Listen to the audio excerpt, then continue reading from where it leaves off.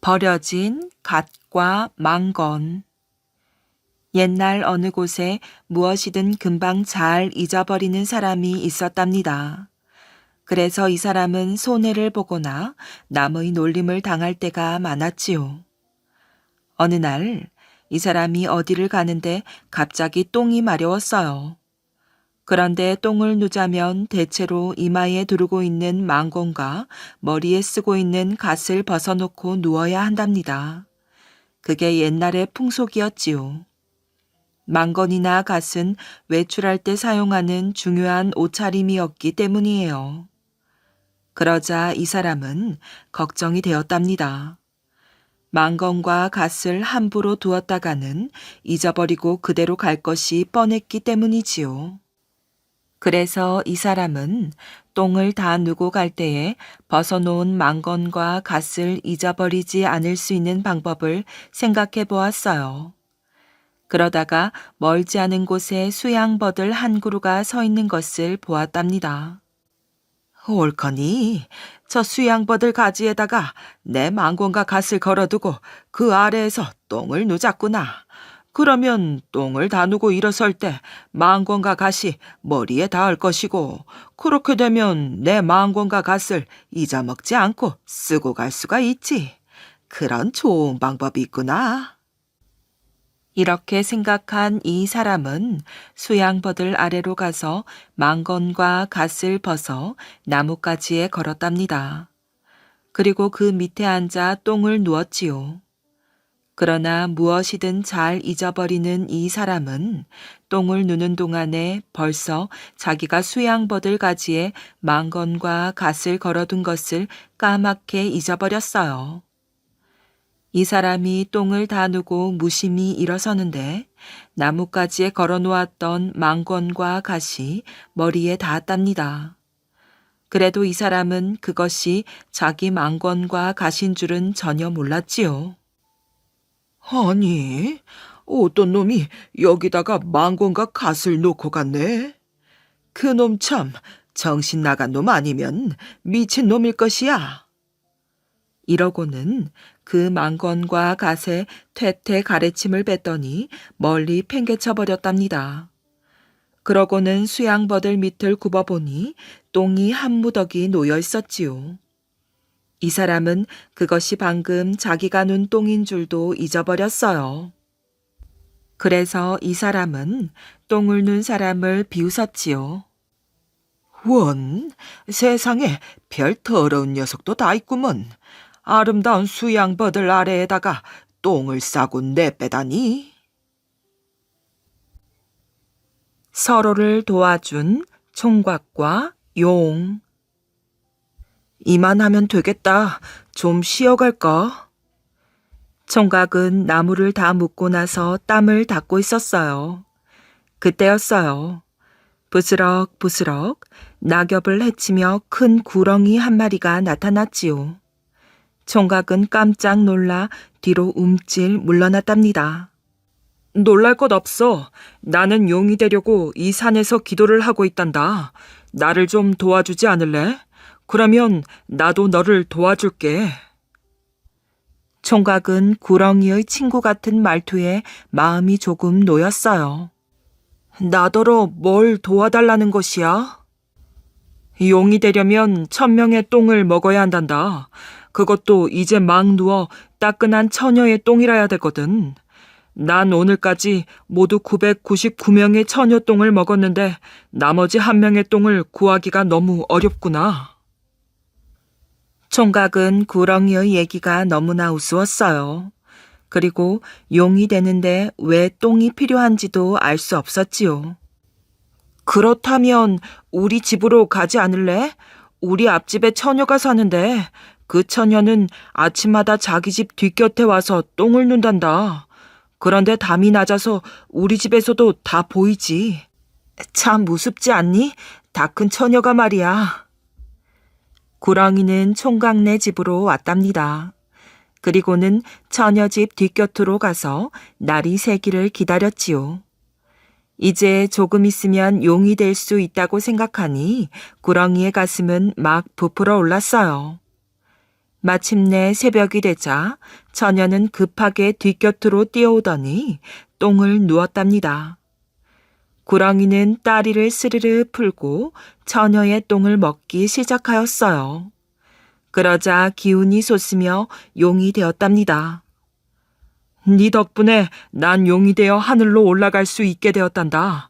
자, 이제 너의 소원을 말해보렴. 무엇이든 들어줄게. 내 소원은 장가를 가는 것이야. 너는 총각이었지. 그런데 혹시 장가 들고 싶은 색시감이라도 있는 것이야?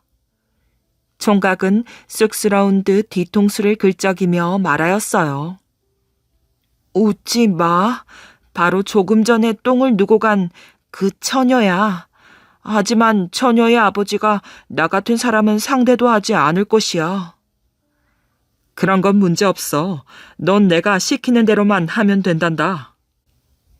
용은 총각에게로 바싹 다가가서 귀옛말을 하였어요. 그리고는 우렁찬 소리를 지르며 하늘로 날아갔지요. 총각은 얼른 산으로 올라갔어요. 그리고는 장기깃 3개를 주어 집으로 돌아왔답니다. 다음 날 총각은 앞집 처녀가 똥을 누자 얼른 담을 넘어가서는 처녀의 똥무더기에다가 꿩깃 3개를 꽂아두었어요. 그러자 처녀의 엉덩이에서 괴상한 소리가 나기 시작하였지요. 끽끽 끄르르. 마치 꿩소리 같은 이 소리는 처녀가 걸을 때마다 났답니다. 처녀의 집은 난리가 났지요. 주위에서 용하다는 의원을 몰래 불러서 이 병을 고쳐보려고 했지만 아무 소용이 없었답니다. 하는 수 없이 처녀 집에서는 방을 붙이기로 하였어요. 누구든지 딸의 병을 고치는 사람은 사위로 삼고 재산의 절반을 주겠다는 내용이었지요. 방이 붙자 여러 총각들이 다녀갔지만 모두 허탕이었답니다. 하지만 뒷집 총각은 속으로 기뻐하였어요. 그러던 어느 날 뒷집 총각이 처녀의 병을 낫게 해보겠다고 나섰답니다.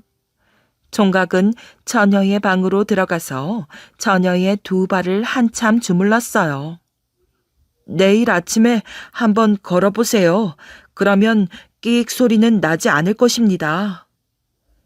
밤이 되자 총각은 처녀의 똥 무더기에 꽂아둔 깃을 하나 뽑아버렸어요.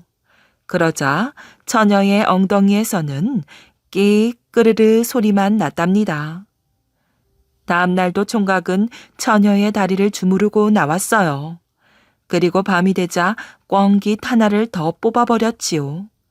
그러자 이번에는 처녀의 엉덩이에서 끄르르 하는 소리만 났답니다. 그렇게 3일째가 되자 처녀의 병은 모두 나았어요. 총각은 가벼운 발걸음으로 처녀 집에 갔답니다. 하지만 처녀의 아버지는 약속을 지키지 않았어요. 병을 고쳐준 대가는 충분히 주겠네.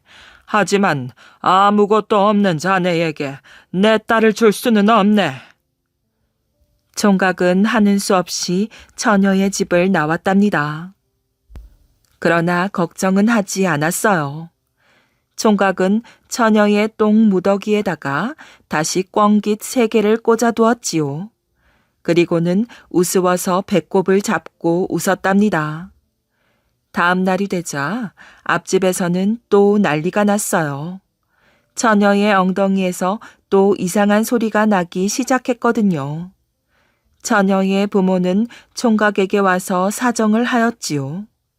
이렇게 해서 총각은 처녀의 병을 고쳐주고 처녀와 혼인도 하게 되었어요. 모두가 용의 은혜 덕분이었답니다. 하늘에서 떨어진 괴짝. 어느 마을에 며느리와 시아버지가 살았답니다. 며느리는 가난했지만 열심히 일하며 시아버지를 섬겼지요. 어느 날 며느리가 남의 집 일을 마치고 돌아올 때였어요. 오늘은 비가 와서 일을 못했으니 어쩌면 좋담. 비를 맞으며 집으로 돌아오는 며느리는 자꾸 눈물이 났답니다. 시아버지께 밥을 지어드릴 쌀이 하나도 없었기 때문이었지요. 밥을 굶고 주무셔야 할 시아버지를 생각하니 기가 막혔어요. 며느리가 어느 골목길을 돌아설 때였지요. 길바닥에 개똥 무더기가 있었답니다. 며느리는 개똥을 유심히 살펴보았지요. 더러운 똥은 빗물에 씻겨 나가고 보리쌀만 수북이 쌓여 있었어요. 개가 밥 대신 보리쌀을 훔쳐먹은 개로구나. 며느리는 보리쌀이 아까운 생각이 들었답니다. 얼른 치마폭에 보리쌀을 담았지요. 이것으로 저녁을 지어야겠구나. 굽는 것보다는 나을 거야. 며느리는 집으로 돌아오자마자 보리쌀을 여러 번 씻었어요. 솥에 밥을 하고 보니 김이 모락모락 나면서 구수한 냄새가 풍겼지요. 혹시 모르니 먼저 먹어봐야지. 며느리는 다 된 보리밥을 한 숟가락 떠먹어 보았답니다. 며느리는 고개를 끄덕이며 시아버지께 밥상을 차려드렸어요. 시아버지는 맛있게 밥을 다 먹었지요. 며느리가 설거지를 하고 있을 때였답니다. 갑자기 천둥 번개가 치면서 비가 내리기 시작하였어요. 혹시 개똥 보리쌀로 밥을 해드린 걸 하늘이 알고 벌을 내리시려나? 며느리는 순간 가슴이 철렁 내려앉았지요. 비가 그치지 않고 쏟아지자 더욱 겁이 났답니다. 비가 오면 남의 집 일을 못해 양식을 구할 수도 없는데 큰일이네. 며느리가 이런저런 걱정으로 마루에 나와 앉아 있을 때였어요. 쿵! 어디선가 무거운 물건이 떨어지는 소리가 났답니다. 아니, 저게 뭐지? 며느리는 눈이 휘둥그레졌어요. 마당 한가운데에 괴짝 하나가 놓여 있었지요. 도대체 누가 이 괴짝을 갖다 놓았을까? 며느리는 비를 맞으며 괴짝을 끌고 부엌으로 들어갔답니다. 무거워라. 안에 뭐가 들었지? 며느리는 얼른 괴짝을 열어보았어요. 괴짝 속에는 하얀 쌀이 가득 들어있었답니다. 며느리는 두 눈이 동그래졌어요. 누굴까? 누가 우리 집에 쌀을 갖다 놓았을까? 며느리는 궁금하기도 했지만 쌀이 생겨 기쁘기도 하였답니다. 이제 며칠 동안은 쌀 걱정은 안 해도 되겠구나. 며느리는 괴짝을 들고 시아버지 방으로 들어갔어요. 아버님, 이 괴짝 좀 보세요. 누가 우리에게 쌀을 주고 갔어요. 시아버지도 괴짝을 열어보고는 깜짝 놀랐답니다. 얘야, 이 괴짝은 하늘에서 너에게 내리신 게다. 아버님, 제가 무슨 일을 했다고요? 아니다. 하늘도 네 효성을 보시고 감동하신 게 틀림이 없다. 그러니 이 괴짝을 잘 보관하도록 하거라. 며느리도 시아버지의 말이 그럴듯하였답니다. 그래, 누가 우리 집에 쌀을 보내주겠어. 이렇게 어려운 시절에 말이야. 며느리는 괴짝을 다시 한번 들여다 보았답니다. 이튿날 아침, 며느리는 괴짝에서 쌀을 퍼 밥을 지었어요. 언제나 아버님께 보리밥만 해드렸는데 오늘은 쌀밥을 잡수시겠구나. 며느리는 쌀로 밥을 지으면서 눈물을 흘렸어요. 그날 저녁 더 이상한 일이 생겼답니다. 아침에 밥을 짓느라 괴짝에서 쌀을 퍼냈는데도 쌀은 줄지 않고 있었어요. 정말 귀신이 고칼 노릇이네. 며느리는 고개를 갸우뚱하며 다시 쌀을 퍼 저녁을 지었지요. 다음날 아침 며느리는 궁금해서 얼른 괴짝을 열어보았어요. 이번에도 쌀은 전혀 줄지 않았답니다. 이게 도대체 어떻게 된 일일까? 며느리는 신기하기도 하고 기쁘기도 하였지요. 그날 밤에도 다음 날 아침에도 괴짝 안의 쌀은 그대로였어요. 며칠이 지났답니다. 괴짝 안의 쌀은 여전히 줄지 않고 있었어요. 아버님, 괴짝 안의 쌀로 밥을 했는데 며칠이 지나도 쌀이 줄지 않고 있습니다. 뭐라고? 그렇게 신기한 일이 있나? 시아버지도 신기한 듯 괴짝을 열어보았지요. 아버님, 사실은 아버님께 말씀드리지 못한 일이 있습니다. 그래, 그게 뭔데 그러느냐? 사실은 그게... 걱정하지 말고 어서 말해 보아라. 며느리는 며칠 전에 개똥에서 건진 보리쌀로 밥을 해드렸다는 얘기를 하였어요. 아버님, 제 죄를 용서해 주세요. 아버님께 그런 보리쌀로 밥을 해드리다니. 며느리는 무릎을 꿇고 앉아 울먹였어요. 아니다, 얘야. 네가 그렇게라도 해서 날 굶기지 않으려 했으니 내가 더 미안하구나. 시아버지는 며느리가 기특하였지요. 이제 알겠구나. 네가 그렇게 효성이 지극한데 어찌 하늘이 가만히 있었겠느냐. 틀림없이 이 괴짝은 하늘이 너에게 내리신 상이로구나. 아버님, 저는 자식으로서 해야 할 일을 했을 뿐입니다. 며느리는 얼굴을 붉히며 말하였어요. 정말 대견하구나. 너의 효성으로 우리 집에 경사가 났어. 시아버지는 일어나서 덩실덩실 춤을 추었습니다. 우리 며느리 장하다, 장해. 시아버지는 몇 번씩이나 며느리를 칭찬하였어요. 그 후 며느리는 쌀이 줄지 않는 괴짝으로 평생 쌀 걱정을 하지 않고 시아버지를 더욱 극진하게 모시며 살았답니다. 연못에서 건진 아기. 옛날 옛적 강화도 하전 마을에 작은 연못이 하나 있었답니다. 마을 사람들은 이 연못의 물을 길어다 먹고는 하였지요. 하루는 마을에 사는 할머니 한 분이 연못으로 물을 기르러 나왔어요. 물을 다 기른 할머니가 연못가에 앉아 잠시 쉬고 있을 때였지요. 응애, 응애. 어디선가 아기 울음소리가 들려오는 게 아니겠어요? 이상하다. 이게 무슨 소리지? 할머니는 소리가 나는 쪽으로 귀를 기울였어요. 울음소리는 연못 가운데에서 들려왔지요. 웬 아기 울음소리가 들리는 것 같은데?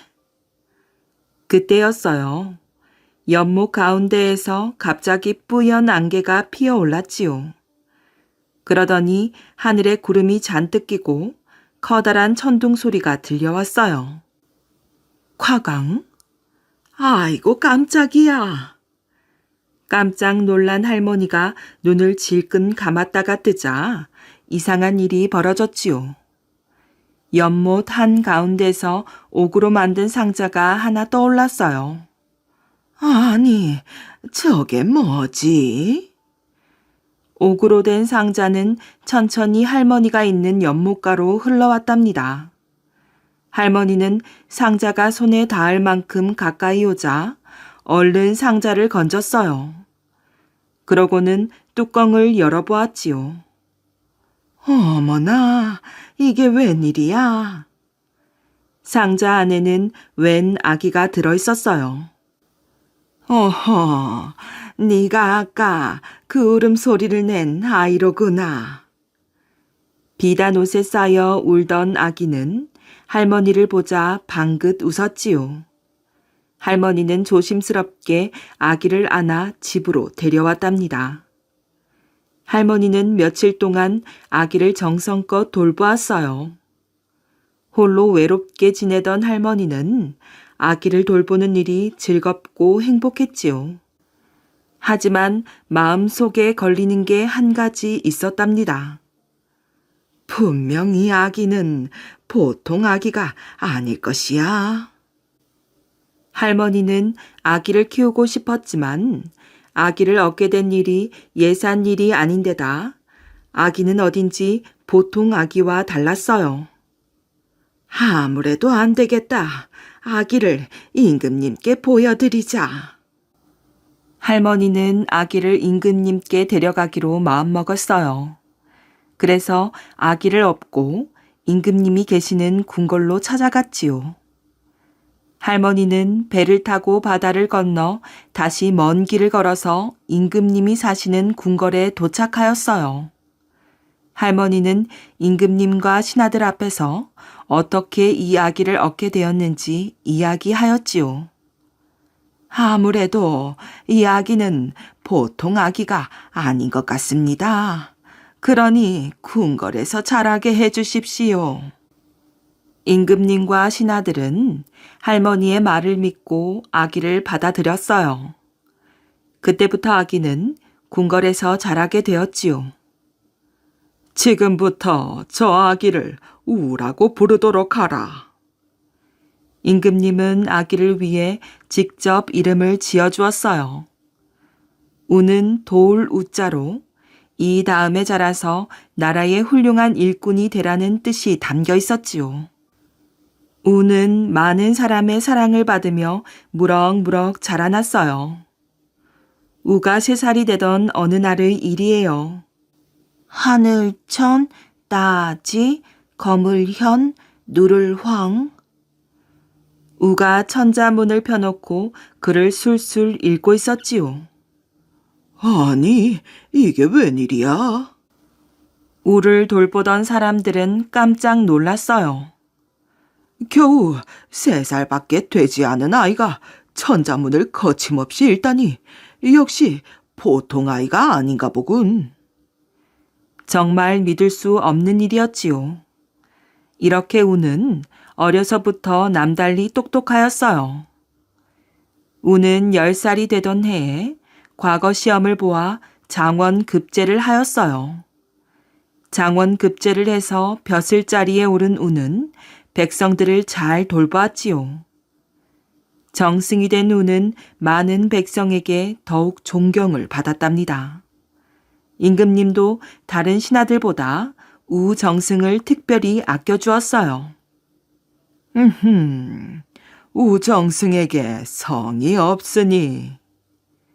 평소 우 정승에게 성이 없는 것을 안타깝게 생각한 임금님은 우 정승에게 성을 내려주기로 하였답니다.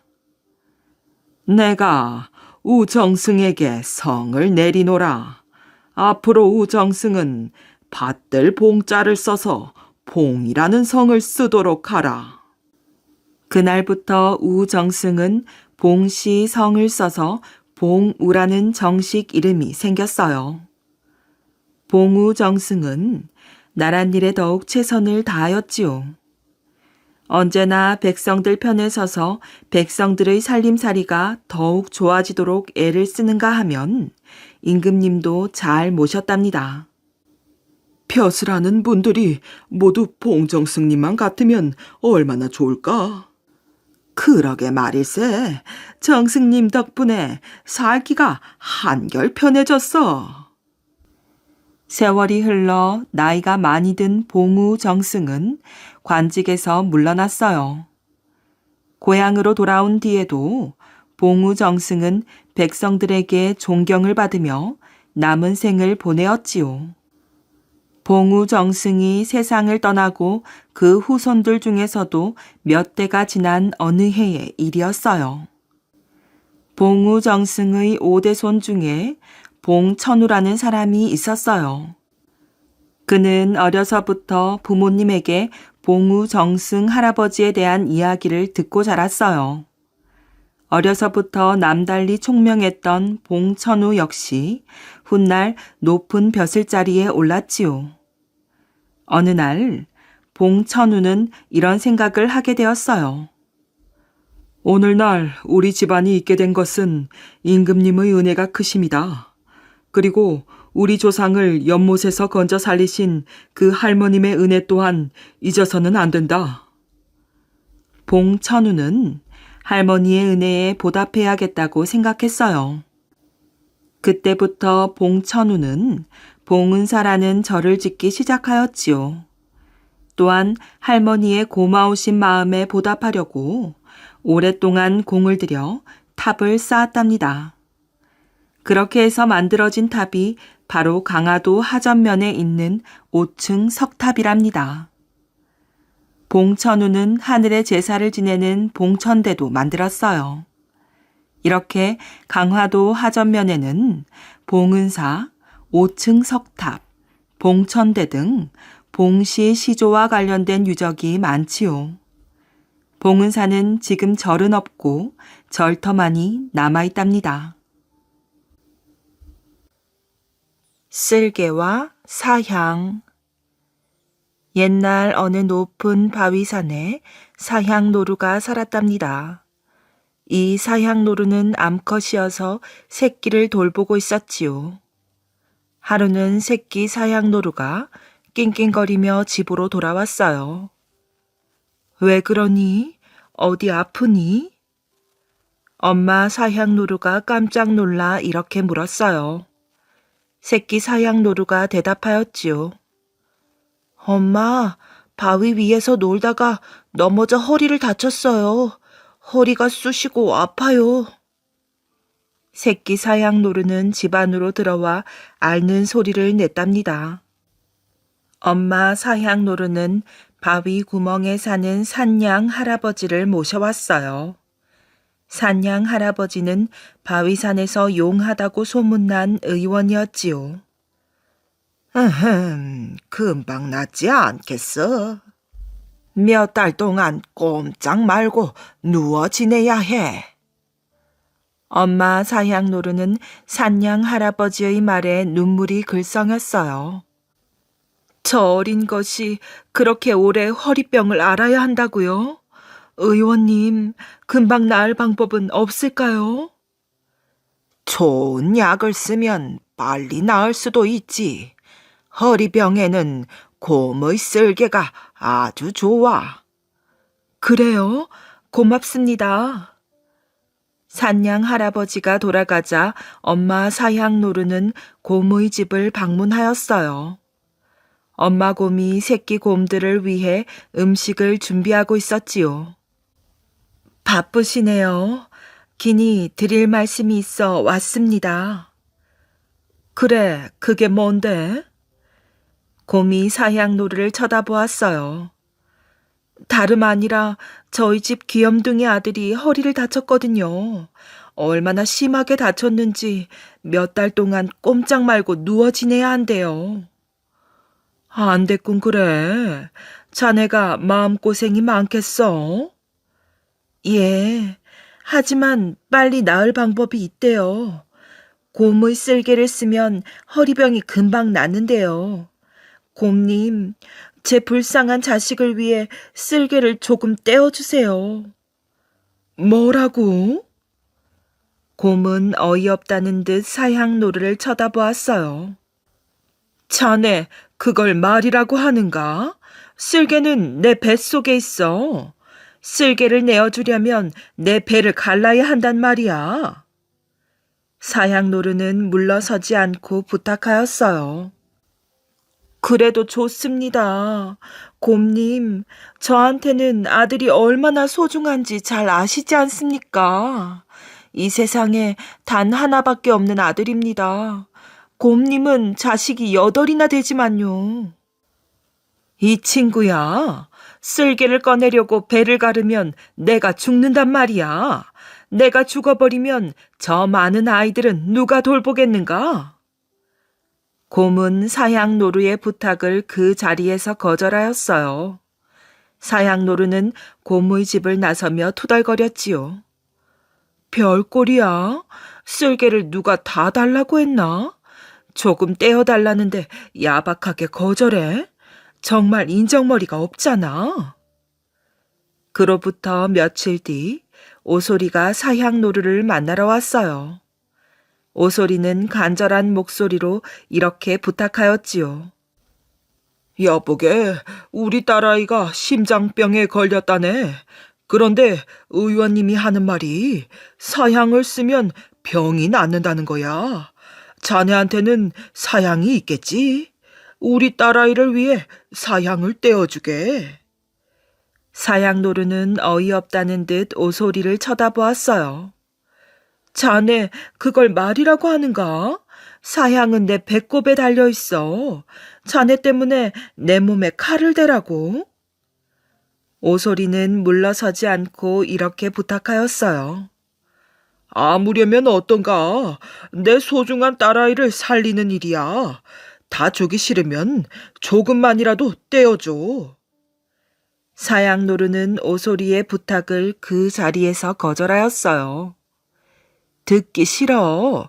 나한테 말도 안 되는 부탁을 하려면 다시는 나를 찾아오지도 마. 오소리가 사향노루를 노려보며 말하였어요.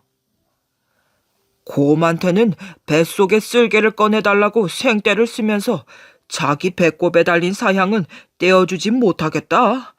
뻔뻔스럽기는. 사향노루는 아무 대답도 하지 못하고 슬그머니 꽁무니를 뺐답니다.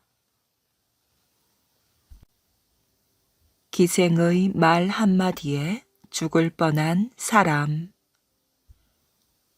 조선 제11대 중종 때 영의정에 올랐던 장순손이라는 사람이 있었답니다. 장순손은 글도 잘하고 재능도 많았지만 얼굴이 아주 못생겼지요. 꼭 돼지머리를 닮아 어렸을 때 별명이 돼지 대가리였어요. 동네 아이들은 야, 저기 돼지 대가리 온다. 쟤를 앉혀놓고 고사나 지내볼까?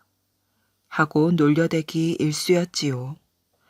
어른이 되어서도 그의 별명은 사라지지 않았답니다. 정이 장씨라고 아이 어른 할 것 없이 그를 장돼지 대가리라고 불렀거든요. 장순소는 속상하였어요. 자기도 돼지 머리가 좋아서 그런 얼굴을 하고 있나요? 처음부터 그렇게 태어났는 걸 어떻게 하겠어요? 그런데 못생긴 얼굴 때문에 형장으로 끌려가는 신세가 될 줄이야 누가 알았겠어요. 당시는 연산군이 나라를 다스릴 때였답니다. 하지만 연산군은 나라를 다스리는 일은 뒷전으로 밀어두고 기생들과 어울려 날마다 잔치를 벌였지요. 어느 날 종묘에서 제사를 마치고 제사상에 올랐던 돼지머리가 쟁반에 담겨 연산군의 잔치상 위에 올라왔어요. 그 순간 그 자리에 있던 한 기생이 돼지머리를 보자 키득키득 웃는 것이었어요. 이 기생은 성주에서 올라왔는데 연산군의 총애를 받고 있었지요. 연산군이 기생에게 왜 웃느냐고 묻자 기생이 대답하였어요. 전하, 성주에는 저 돼지머리를 쏙 빼닮은 장순손이라는 사람이 살고 있습니다. 돼지머리를 보니 그 사람 생각이 나서 웃었습니다. 뭐라고? 내 앞에서 다른 사람을 생각하다니. 장순손이 너의 애인이 분명하구나. 여봐라, 장순손을 잡아오너라. 그 놈을 사형시켜야겠다. 이리하여 장순손은 영문도 모르고 붙잡혀 금부도사에게 이끌려 처형당하러 한양으로 가게 되었지요. 그런데 이들이 함창 공험지까지 왔을 때 고양이 한 마리가 갈림길에서 왼쪽 길로 가는 것이었어요. 이들이 가야 할 길은 오른쪽 길이었는데 장순소는 문득 왼쪽 길로 가면 목숨을 건질지도 모른다는 생각이 들었지요. 그래서 금부도사에게 이렇게 말하였어요. 저기 고양이가 가는 길이 한양으로 가는 지름길입니다. 저는 과거를 보려고 한양을 오르내릴 때 고양이를 보면 좋은 일이 생겼습니다. 고양이를 따라 저 길을 이용해 한양으로 가고 싶습니다. 금부도사는 고개를 끄덕였어요. 곧 죽을 죄인인데 그 정도 청이야 들어줄 수도 있다고 여긴 것이지요. 게다가 한양으로 가는 지름길이라고 하니 하루빨리 죄인 호송을 마치고 싶었거든요. 그런데 장순손이 택한 왼쪽 지름길이 마침내 구사 일생의 길이 되었답니다. 성미 급한 연산군은 장순손을 더 이상 기다리지 못하고 이런 명령을 내린 것이었지요. 장순손을 한양까지 데려올 필요가 없다. 선장관을 내려보내 중간에 목만 베어 오너라. 그리하여 선전관은 말을 달려 큰 길로 내려오고 금부도사 일행은 지름길로 올라가 서로 길이 어긋나 버렸어요.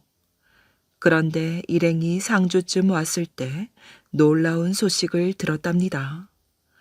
박원종 등이 반정을 일으켜 연산군을 쫓아내고 새 임금을 세웠다는 것이었어요. 따라서 장순소는 한양에 갈 필요가 없어졌고 목숨을 건지게 되었답니다. 제삿날 굶은 할아버지. 어느 마을에 두 노인이 살았답니다. 한 노인의 성은 공가였고 또 다른 노인의 성은 홍가였지요. 공씨 노인과 홍씨 노인은 다정한 친구 사이였어요. 나이도 같고 성격도 비슷해서 마치 쌍둥이 같았지요. 두 노인은 시간이 날 때마다 동구박 나무 그늘에서 낮잠을 자거나 장기를 두었답니다. 두 노인은 언제나 그림자처럼 어울려 다녔어요. 공씨 노인에게는 귀여운 손자가 있었고 홍씨 노인에게는 예쁜 손녀가 있었지요. 두 노인은 곧잘 손자 손녀를 자랑하였어요. 우리 집 손자 녀석은 어찌나 귀여운지 몰라. 내 상투를 잡고 말 탄 놈도 끄덕끄덕, 소 탄 놈도 끄덕끄덕, 제 아비 상투도 끄덕끄덕 이러지 않겠는가? 허허, 우리 집 소녀는 뭐라는 줄 아는가? 제가 제 어미 배꼽에서 낳았다니까 이 하리비도 제 어미의 배꼽에서 낳느냐고 묻지 않겠나? 두 노인은 큰 소리로 웃었지요. 그때 공씨 할아버지가 뜻밖의 이야기를 하였답니다. 여보게, 우리 손자 손녀가 크면 나중에 결혼을 시키는 게 어떻겠나? 어허, 그럼 자네와 내가 사돈이 되는 건가? 그거 좋지. 친구 간의 사돈으로 지내면 얼마나 좋겠는가? 이리하여 두 노인은 손자 손녀를 결혼시키기로 약속하였답니다. 그 후 몇 년이 지났지요. 두 노인은 손자 손녀의 결혼식도 보지 못하고 같은 날 세상을 떠났어요. 두 노인이 죽자 두 집에서는 나란히 무덤을 만들어 주었어요. 그러던 어느 날 두 무덤 앞을 지나던 소금장수가 있었답니다. 그는 무거운 짐을 지고 산길을 걷다가 무덤 앞에서 쉬게 되었어요. 아이고 다리야, 오늘은 너무 많이 돌아다녔나 보구나. 소금장수는 잔디 위에 털썩 주저앉아 다리를 두드렸지요. 아휴, 졸음이 쏟아지는걸. 조금 자고 가야겠다. 소금장수는 푹신한 잔디 위에서 금방 잠이 들었어요. 얼마쯤 지났을까요? 소금 장수는 오줌이 마려워 눈을 떴답니다. 그때 어디선가 도란도란 이야기하는 소리가 들렸어요. 소금 장수는 주위를 두리번거리며 두 귀를 쫑긋 세웠답니다. 여보게, 오늘은 우리들 제삿날이 아닌가? 어서 일어나 제삿밥이나 먹으러 가세. 가야지. 오늘은 우리의 첫 번째 제삿날이니 자식들이 정성껏 음식을 차렸겠지. 둘은 공시 노인과 홍시 노인의 혼이었어요. 두 노인은 서둘러 집으로 달려갔답니다. 그 사이 소금 장수는 할아버지 귀신들이 돌아오기를 기다리며 잠을 잤지요. 얼마쯤 지났을까? 할아버지 귀신들이 돌아왔어요. 소금 장수도 할아버지 귀신의 목소리에 잠이 깼지요. 여보게 공가, 자식들이 제사 음식을 잘 차렸던가? 말도 말게. 그랬으면 오죽이나 좋았겠나? 나는 지금 배가 고파 죽겠네. 자네도 그랬구먼. 나도 제대로 밥을 먹지 못했다네. 밥을 한 숟가락 뜨는데 큰 바위가 들어있지 않았겠나? 더군다나 국에는 구렁이가 둥둥 떠다녔다네. 아무리 배가 고파도 어떻게 그런 음식을 먹을 수 있었겠나? 그래서 손자 녀석의 손을 국에다 집어넣고 왔다네. 할아버지 밥 속에 든 바위 덩어리는 돌이요. 국에 떠있던 구렁이는 머리카락이었어요. 그런데 자네는 왜 먹지를 않았는가? 말도 말게. 내가 집에 들어섰는데 며느리가 밀떡을 굽고 있더군. 그런데 옆에 있던 소녀가 똥을 쌌지 뭔가. 며느리는 손녀의 똥을 치우더군. 그게 뭐가 잘못되었는가? 글쎄, 똥을 치웠으면 손을 닦고 음식을 해야 하는데 그냥 밀떡을 굽지 뭔가? 아니, 그 더러운 손으로 말인가? 그렇다네. 그러니 더러운 생각에 구역질이 나서 음식을 먹을 수 있었겠나? 괘씸한 소녀 녀석을 뜨거운 국그릇으로 밀어버렸다네. 두 할아버지 귀신은 무척 화가 나 있었어요. 두 노인이 화가 난 것은 음식을 많이 차리지 않아서가 아니라 자식들이 정성껏 음식을 준비하지 않았기 때문이었지요. 자네나 나나 저 제사가 이래서야 앞으로는 어떻겠나. 자식들 정신을 차리라고 손자들을 혼냈지만 마음이 아프네. 그건 나도 마찬가지네. 어린애들이 무슨 죄인가? 대인대 바르는 좋은 약이 있는데 알까 모르겠구먼. 맞네. 소나무에 핀 버섯을 태워서 참기름에 묻혀 바르면 금방 낫는데 말이야. 소금 장수는 두 노인의 이야기를 듣고 대인대 바르는 약을 알게 되었지요. 날이 밝자 소금 장수는 산 아래에 있는 마을로 내려갔답니다. 공시, 홍신의 집을 찾아다니며 손자, 손녀의 아픈 곳을 살펴보았지요. 두 노인의 예상대로 손자, 손녀들은 아파서 엉엉 울고 있었어요. 소금 장수는 두 노인의 자식들을 불렀지요. 간밤에 할아버지 귀신에게 들었던 얘기를 자세히 들려주었어요. 자식들은 제사를 정성껏 지내지 못한 것을 후회하였지요. 그리고는 약을 구해다 발라주었어요. 이튿날 아이들의 상처는 씻은 듯이 나았답니다. 소금 장수의 말이 사실이란 걸 확인한 자식들은 소금 장수를 잘 대접하였지요.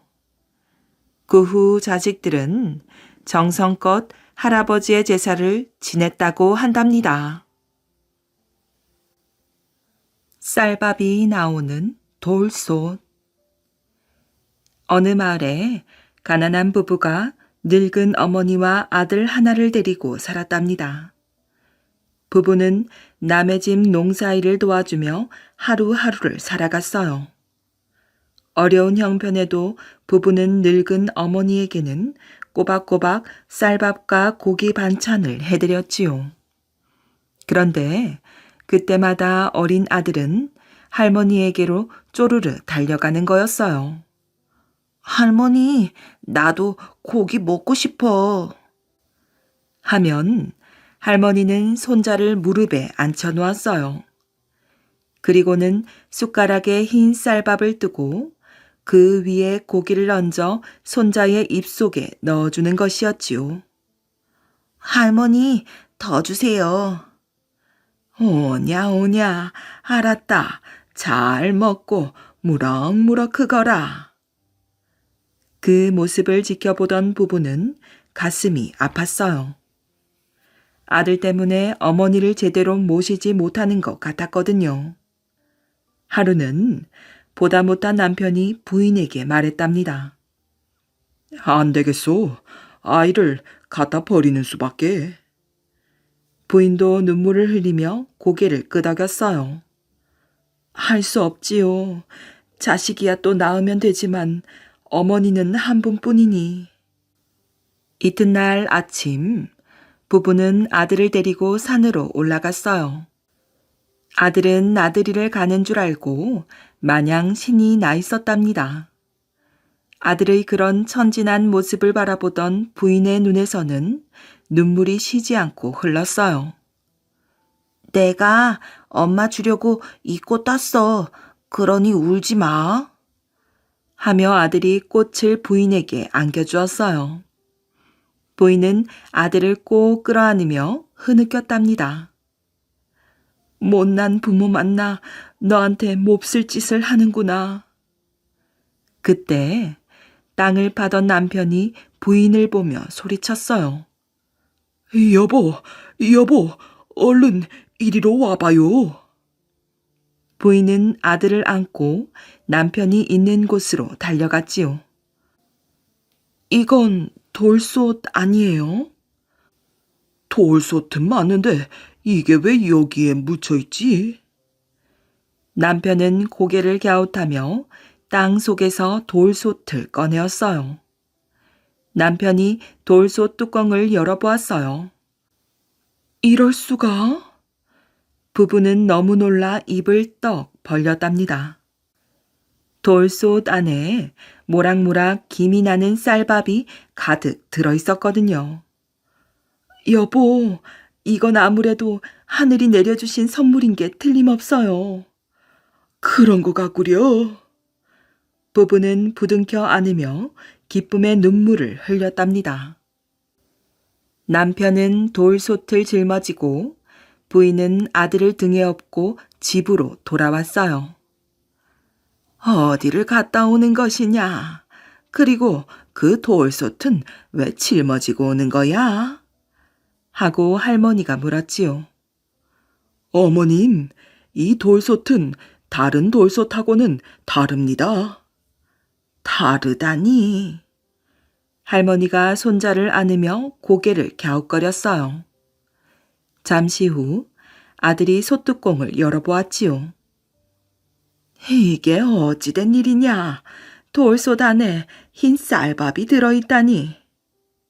어머니, 이건 하늘이 저희에게 내려준 선물인 듯합니다. 부인의 말에 할머니도 고개를 끄덕였어요. 그래, 맞다. 너희들의 효성에 하늘도 감동한 모양이구나. 그날 저녁 가족들은 오랜만에 김이 나는 밥을 배부르게 먹었답니다. 그 뒤로 이들 부부네는 예전처럼 끼니 때문에 걱정할 일은 없게 되었어요. 몇 년이 지난 어느 날 남편이 아내에게 이렇게 말하는 거였어요. 이제 우리도 살림이 제법 넉넉해졌소. 그게 다 당신이 부지런히 일한 덕분이지요. 아니요. 그보다는 우리가 끼니 걱정을 하지 않게 해준 저 돌솥 덕분이요. 그래서 하는 말인데, 이제 저 돌솥을 원래 있었던 곳에 묻어두는 게 어떻겠소? 남편의 말에 아내도 고개를 끄덕였어요. 오르신 말씀이에요. 분수에 넘치는 욕심은 언젠가는 화를 부르지요. 부부는 돌솥을 가지고 산으로 올라갔어요. 그리고 원래 있었던 자리에 파묻었어요. 그 후 사람들은 돌솥이 묻힌 산이라며 그 산을 식장산이라고 불렀답니다. 연못 속의 금화. 옛날에 한 소년이 있었답니다. 얼굴이 검은 데다가 코는 납작하고 눈은 쑥 들어간 못생긴 아이였지요.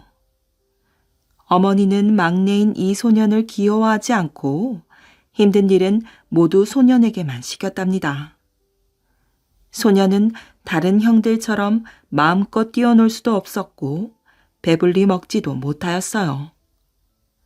소년은 너무 서러워 구석애가 울기라도 하면 형들은 달래주기는커녕 오히려 때리거나 놀리며 괴롭혔답니다. 소년은 언제나 배가 고파서 어떻게 하면 배불리 먹을 수 있을까 궁리하였어요. 어느 날 소년은 도저히 배고픔을 참을 수가 없어 풀뿌리를 캐어 먹었답니다.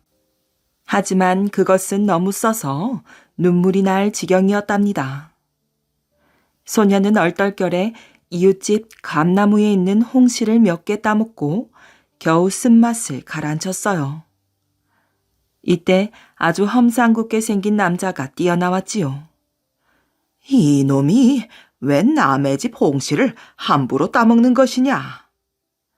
그는 소년의 등떨미를 와락 움켜잡았어요. 소년은 손이 발이 되도록 빌어 겨우 용서를 받았답니다. 그 후로 소년은 아무리 배가 고파도 남의 것은 절대로 탐내지 않았고 자기가 맡은 소를 열심히 키웠지요. 어느 날 소년은 소에게 물을 먹이려고 연못가로 갔답니다. 잔잔한 물 위에 파란 하늘이 비치고 있었어요. 이따금 물새가 날아와 자맥질을 하기도 하고 개구리가 풍덩 물속에 뛰어들기도 하였답니다. 소년은 물끄러미 연못을 내려다보며 앉아 생각에 잠겼답니다. 내가 이렇게 배가 고픈데도 먹을 것이 없는 것은 도대체 무엇 때문일까? 구름 사이에서 태양이 살며시 얼굴을 내밀자 소년은 자기도 모르게 두 손을 가슴에 모으고 기도를 올렸답니다. 인자하신 햇님, 저를 불쌍히 여겨주세요. 저는 항상 배가 고프답니다. 무엇이든 좋으니 먹을 것이나 아니면 햇님의 금빛을 조금만이라도 나누어 주세요. 그러면 나쁜 짓을 하지 않는 것은 물론 저같이 가난한 사람들을 도와주겠습니다. 햇님, 당신은 식물에는 영양분을 주고 동물에게는 나무의 열매나 풀을 주면서 왜 저에게는 아무것도 주시지 않는 겁니까? 제발 저에게도 은혜를 베풀어 주세요. 햇님은 마치 소년의 기도를 듣기나 한 듯이 구름을 뚫고 강한 금빛을 소년의 발 주위에 보내었답니다. 그러자 놀라운 일이 일어났어요. 햇빛이 닿은 풀잎의 이슬이 모두 돈으로 바뀌어버린 것이지요.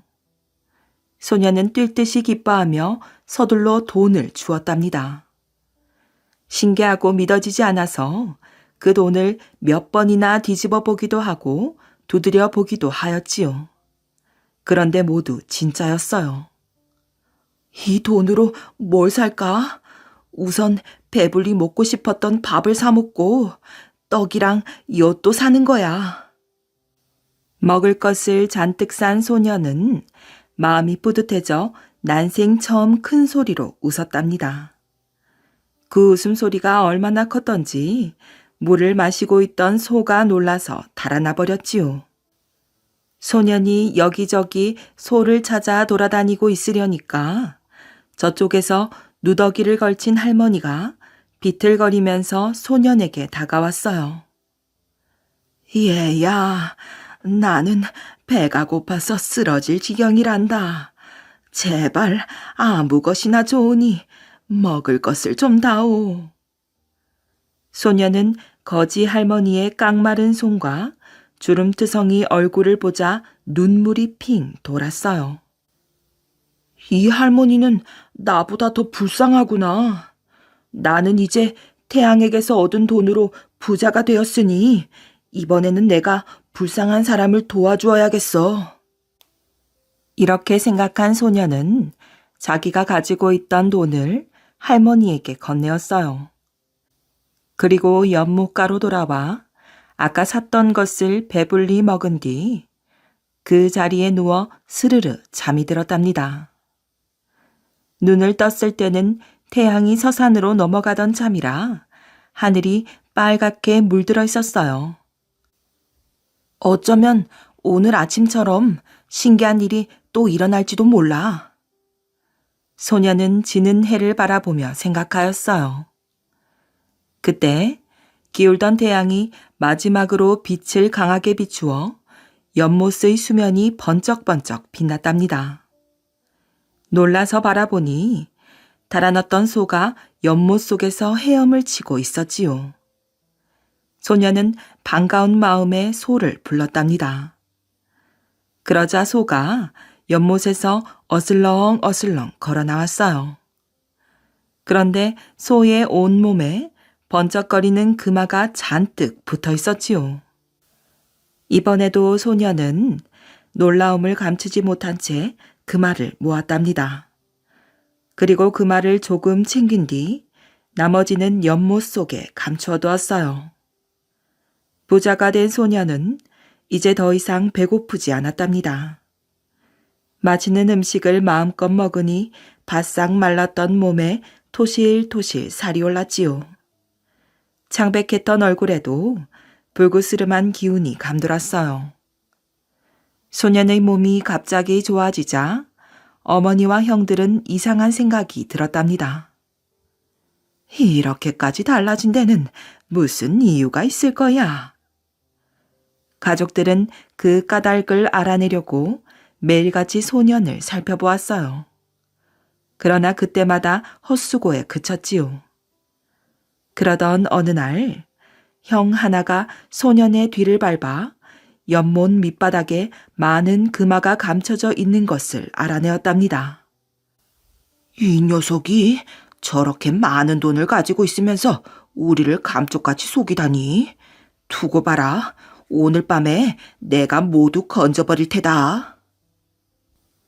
그 사실은 가족들에게 알려졌으며 형들과 어머니는 밤이 되기를 기다려 금화가 숨겨져 있는 연못으로 갔답니다. 연못가에 이른 형들은 서로 먼저 금화를 차지하려고 다투기 시작하였어요. 무슨 짓들이냐? 혼자서는 저 많은 금화를 모두 건져낼 수가 없으니 어서 그물을 치고 힘을 합해서 끌어올리거라. 어머니가 큰 소리로 꾸짖었어요.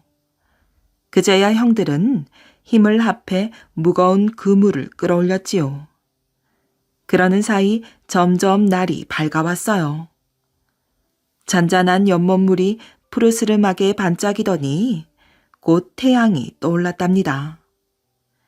사방이 환하게 밝아오자 소년의 어머니와 형들은 그물 속에 있는 금화를 볼 수 있었어요. 이야, 금화잖아. 누굴 알 것도 없이 가족들은 소리를 질렀답니다.